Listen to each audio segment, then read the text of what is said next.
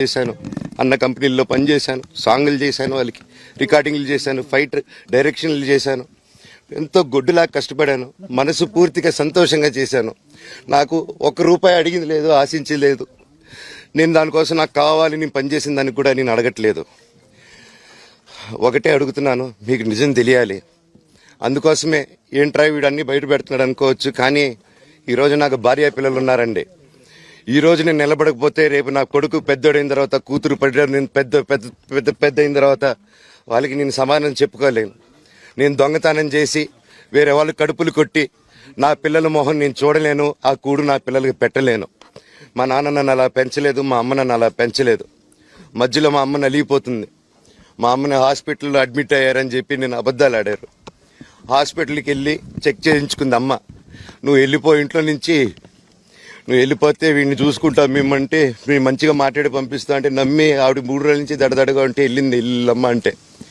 ఏ ఏజీకి వెళ్ళడం వాస్తవం చూపించుకొని ఇమ్మీడియట్గా మా అన్నింటికి వెళ్ళిపోయి అన్నింట్లో పడుకున్నారు. మీకు ప్రతిదీ తెలుస్తుంది.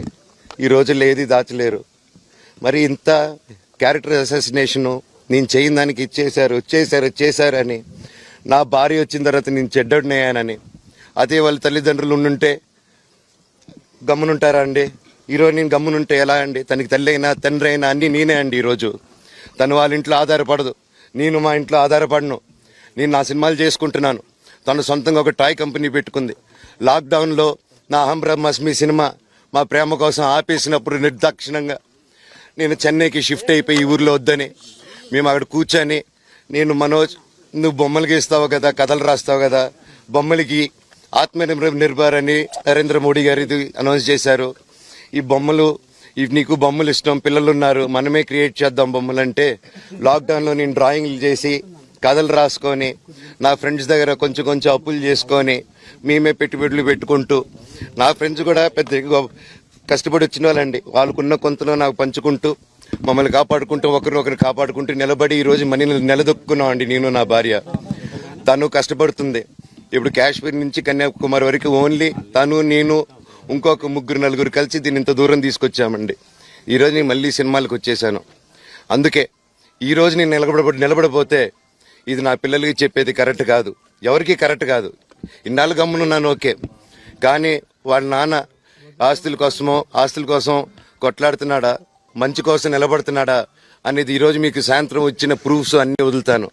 మా నాన్న మీద గన్ను పెట్టి కాల్చే వినయ్కి, మా అన్నకి సాయంత్రం ప్రతిదీ చెప్తాను.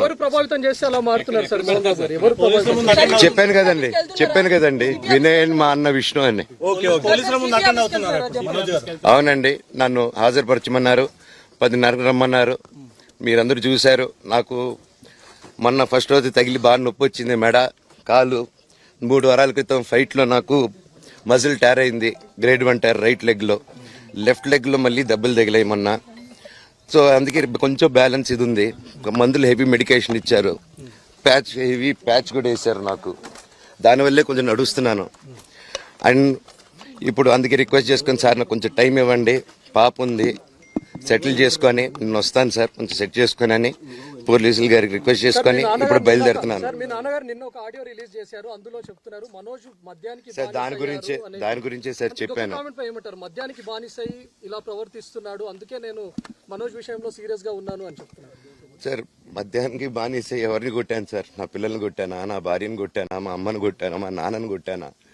ఇవన్నీ నీ మద్యానికి బ్యాలెన్స్ అందరినీ కొడుతున్నాను, పొన్నాలు కొడుతుంటే సీసీటీవీలు తెప్పిండి సార్. అది దొంగతనం చేసింది నేను కాదు సార్, అది తెప్పిండి సార్ అంతా.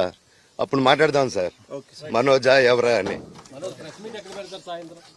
చెప్తానండి. నాకు ఇంకా కొంచెం క్లారిటీ రావాలి. కమిషనర్ ఆఫీస్కి వెళ్తాను, వాళ్ళని కలుస్తాను, రిక్వెస్ట్ చేసుకుంటాను, మాట్లాడుకొని వాళ్ళు ఏం చెప్తారు 5:30కి మాట్లాడతానన్నా. ప్రతి ఒక్కరికి అది తెలుసు. ఇండస్ట్రీలో ఉన్న మా కుటుంబం, ఫిల్మ్ ఇండస్ట్రీ మా కుటుంబం, మా ఇండస్ట్రీ వాళ్ళందరికీ తెలుసు. మా నాన్న చేసిన తప్పు ఏదైనా ఉంటే మమ్మల్ని అందరినీ విపరీతంగా ప్రేమించడం. ఈరోజు one thing which I would like to request and pray to the media is that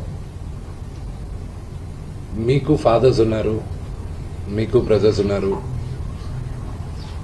no family is perfect. పెద్దలు అంటారు ఫ్యామిలీస్ ఆర్ కాంప్లికేటెడ్ అని. నేను అనుకున్న ఉమ్మడి కుటుంబంగా ఉంది, మా ఫ్యామిలీ కొంచెం డిఫరెంట్గా ఉంటుంది, మేము కలిసిమెలిసి ఉంటాం అనుకున్నాం. But it's unfortunate today. My hope still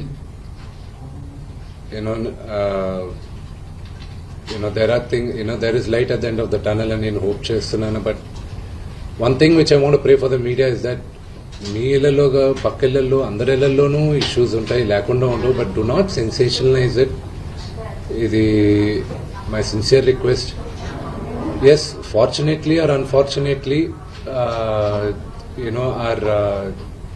మీ అందరం పాపులర్ ఫిగర్స్. దానికి మీరు ప్రజలకు తీసుకెళ్లేది కరెక్ట్, కానీ మరి ఇంత కొంతమంది వరకు they have cross all limits. Remember, మా అమ్మకి ఈరోజు ఉల్వా లేకుండా she is admitted in the hospital. ఇంటికి పెద్ద కొడుకుగా ఐఎమ్ కన్సర్న్డ్, ఐఎమ్ వరీడ్. నాన్నగారికి నిన్న జరిగిన ఘర్షణలో ఆయనకి కొన్ని గాయాలు తగిలాయి. నేను Kannappa cinema post production work Los Angeles లో ఉన్నప్పుడు నాకు ఫోన్ వచ్చింది, ఇలా ఇంట్లో గొడవ జరుగుతున్నాయని. అన్నీ ఆపుకొని ముందు వచ్చేసాను. For me family first. నిన్న మార్నింగ్ దిగాను.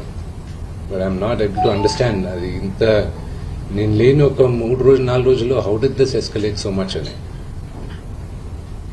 But I hope there is some respite at the end of it. But I also request the media, మీ అందరిని కూడా నేను నా విన్నపం ఏంటంటే, మీకు ఫ్యామిలీస్ ఉన్నాయి, మీకు ఫాదర్స్ ఉన్నారు, everybody's got their own families. I request you to have a little bit of restraint. That's my only request. And నిన్న జరిగిన సంగతి, ఒక టీవీ రిపోర్టర్ ఆయనకి గాయాలు తగలడం, ఇట్ ఈస్ రియలీ అన్ఫార్చునేట్. ఉద్దేశపూర్వకంగా ఎవరిని హర్ట్ చేయాలని లేదు. నిన్న మీరు విజువల్స్ చూస్తే, టీవీ విజువల్స్ మీరు కానీ కరెక్ట్గా చూస్తే, గేటు పగలగొట్టుకొని తోసుకొని గేటు ఎరగొట్టి లోపలికి వచ్చేటప్పటికి ఒక తండ్రిగా ఆయన రియాక్ట్ అయిన విధం చాలా తక్కువని నా భావన.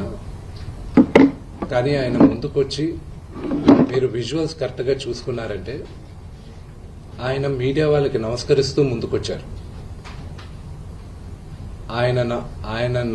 ఆయన చేతులు జోడించి నమస్కరిస్తూ ముందుకొస్తే, ఎవరో ఒకరు ముందుకొచ్చారు, ఏదో మొహం మీద పెట్టారు.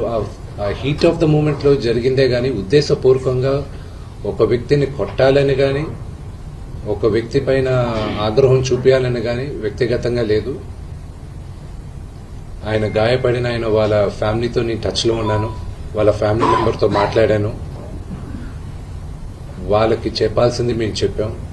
We are in touch with them and it is a really unfortunate incident. I wish this did not happen. ఇది జరుగుండకూడదు. It's really unfortunate. It happen. We all feel sad for it. Thank you. అంటే notice కూడా ఇచ్చారు కదా sir, మీరు ఎప్పుడు హాజరవుతున్నారు, అసలు ఫోటోలో సారీ అండి, మోహన్ బాబు గారితో పాటు మీకు కూడా నోటీస్ ఇచ్చారు.